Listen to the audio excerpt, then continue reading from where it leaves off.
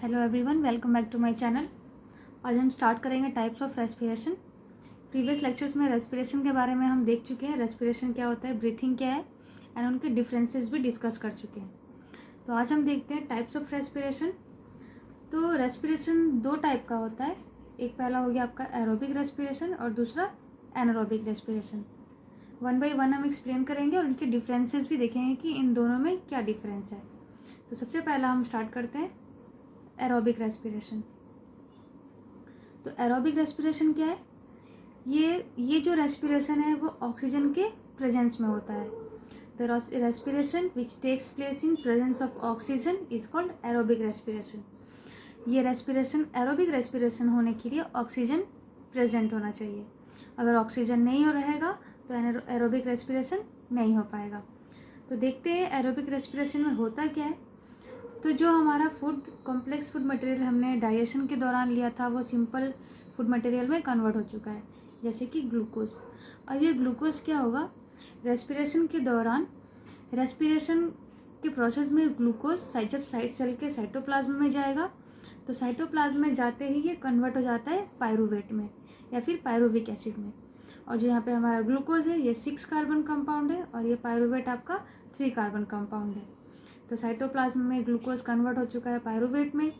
उसके बाद ये पायरूवेट ऑक्सीजन के प्रेजेंस में माइटोकॉन्ड्रिया में चला जाता है। माइटोकॉन्ड्रिया में जाने के बाद ये कन्वर्ट हो जाएगा CO2 और कुछ वाटर और 38 ATP। तो ये 38 ATP है, यही आपका एनर्जी है। तो जब ये माइटोकॉन्ड्रिया में पायरूवेट कन्वर्ट हुआ तो इसका मतलब यहाँ पे हमें बहुत ज़्यादा लार्ज अमाउंट ऑफ एनर्जी मिल रहा है। तो ये पूरा प्रोसेस एरोबिक रेस्पिरेशन में होता है। सबसे पहले ग्लूकोज साइटोप्लाज्म में गया और वहाँ पे जाकर कन्वर्ट हो गया पायरूवेट में। पायरूवेट का आगे का प्रोसेस माइटोकॉन्ड्रिया में होगा जहाँ पे कि एनर्जी रिलीज होता है। तो ये हमने यहाँ पे देखा कि माइटोकॉन्ड्रिया के अंदर ही एनर्जी का रिलीज हो रहा है। तो ये हो गया आपका एरोबिक रेस्पिरेशन। नेक्स्ट चलते हैं हम एनारोबिक रेस्पिरेशन की तरफ। तो एनारोबिक रेस्पिरेशन क्या है? एनारोबिक रेस्पिरेशन में ऑक्सीजन की कोई ज़रूरत नहीं है, ये ऑक्सीजन के एब्सेंस में होता है।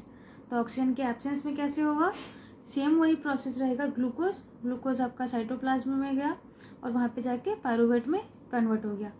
यहाँ पे कन्वर्ट होने के बाद यहाँ पे ऑक्सीजन अगर नहीं है तो ये पायरूवेट क्या होगा, इथेनॉल में कन्वर्ट होगा और यहाँ पे CO2 और 2 ATP बनेंगे, जो कि बहुत ही कम अमाउंट ऑफ एनर्जी बन रहा है एंड ये है आपका इथेनॉल।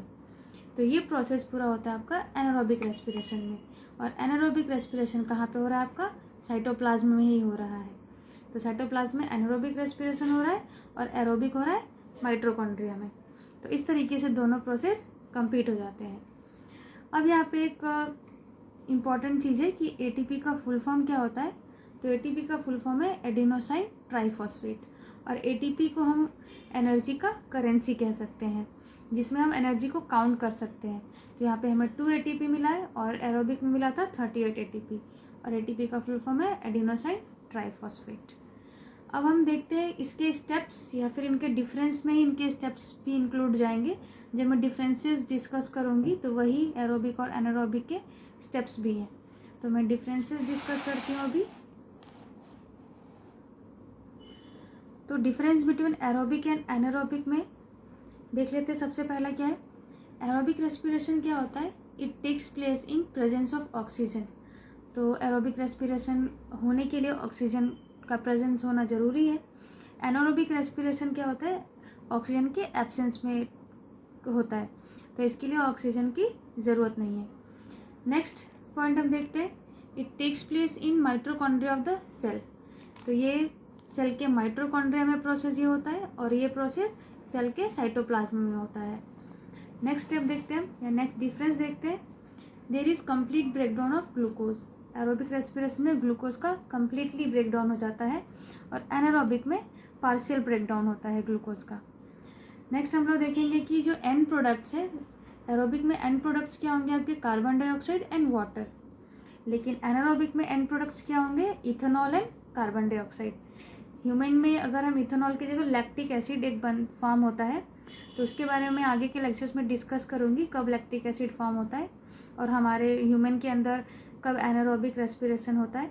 तो यहाँ पे बस इतना याद रखना है कि एनारोबिक रेस्पिरेशन में ethanol and carbon dioxide form होता है।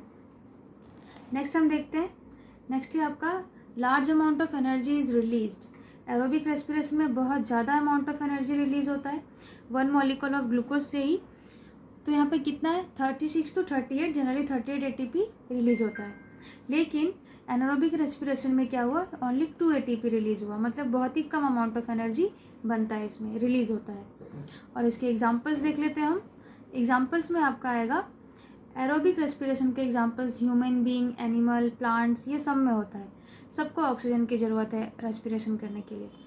लेकिन एनारोबिक रेस्पिरेशन ईस्ट और कुछ बैक्टीरिया में होता है जिसमें कि रेस्पिरेशन करने के लिए ऑक्सीजन की ज़रूरत नहीं है इन्हें, ये ऑक्सीजन के एब्सेंस में रेस्पिरेशन कर सकते हैं। तो ये आपके डिफरेंसेस भी हो गए इसमें, और यही सारे अगर स्टेप्स भी आएंगे एग्ज़ाम में तो ये सारे इसके स्टेप्स भी हैं। तो इस तरीके से दोनों का डिफरेंस एग्ज़ाम के व्यू से काफ़ी इंपॉर्टेंट रहता है, कई बार आता है एग्ज़ाम में।